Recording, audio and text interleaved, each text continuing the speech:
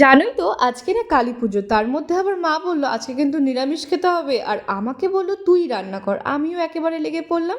কড়াই সর্ষের তেল দিয়ে তেলটা গরম করে ওর মধ্যে কালো জিরে শুকনো লঙ্কা ফোড়ন দিয়ে ঢ্যাঁড়সগুলোকে দিয়ে দিলাম ভাজবো বলে। আর এই সময় মা বললো একটু নুন দিয়ে দে, খুব তাড়াতাড়ি মজে যাবে। ব্যাস, আমিও নুন দিয়ে দিলাম। এই সব নিরামিষ রান্না খেতে বা করতে কোনোটাই আমার ভালো লাগে না, তাই আমি এত সব জানি না। যাক গিয়ে ওই দেখো চিনিটা দিয়ে দিলাম, তোমাদেরকে তো বলতেই ভুলে গেলাম। আর এখানে ছিল টমেটো আর কাঁচা লঙ্কা বাটা, সেটার মধ্যে আমি একটু জল দিয়ে রেখেছিলাম, সেটাও দিয়ে দিলাম যাতে খুব তাড়াতাড়ি মজে যায়। কিন্তু জানো আমি না আরও অনেকটা জল দিয়ে ফেলেছিলাম, যার জন্য আমার রান্নাটা হতে অনেক সময় লেগেছিল।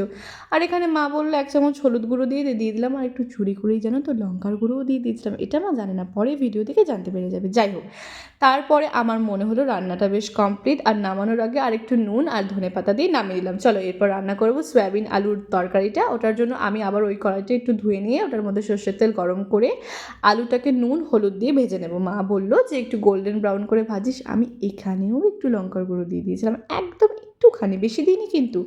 যাই হোক, আলুগুলোকে কিন্তু এরকমভাবেই ভাজতে হবে, মা বলে গিয়েছিলাম এভাবেই ভাজলাম। আর ওই তেলটার মধ্যে আমি একটু চিনি দিয়ে তেজপাতা ফোড়ন দিয়ে, এখানে টমেটো আর বাদাম ছিল ওটাকে মা বেটে রেখে গিয়েছিলো, এইটাও দিয়ে দিয়েছিলাম, কিন্তু এটার ভিডিওটা কেন জানি না আমি নিইনি।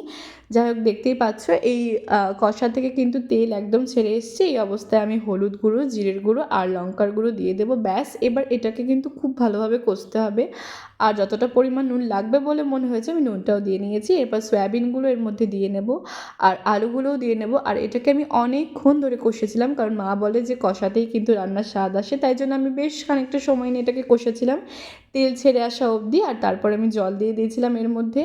আর আমি কিন্তু নামানোর আগে একটু গরম মশলা গুঁড়ো আর ঘিও দিয়েছিলাম। নামানোর আগে বলবো না, নামানোর অনেকক্ষণ আগে, কারণ এই দুটোর গন্ধ আমার খুব একটা ভালো লাগে না, তাই জন্য আমি অনেকক্ষণ আগে দিয়েছি।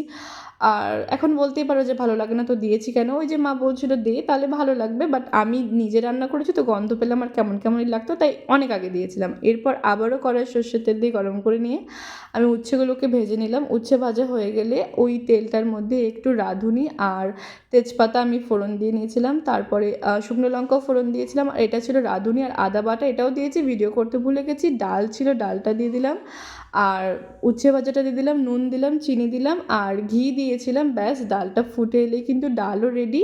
এটা মনে হয় মটরের ডাল, আর রেডি, ডালও একদম রেডি। চলো এবার প্লেটটা সাজিয়ে নিয়ে যাক। প্লেট সাজানোর সময়ও আমি ভিডিও করতে ভুলে গেছি। যাই হোক, দেখতেই পাচ্ছ এটা ছিল আজকে আমার নিরামিষ লাঞ্চ। তাহলে আমি একটু চিপস অ্যাড করেছিলাম, কেমন লাগলো জানিও কিন্তু। টাটা।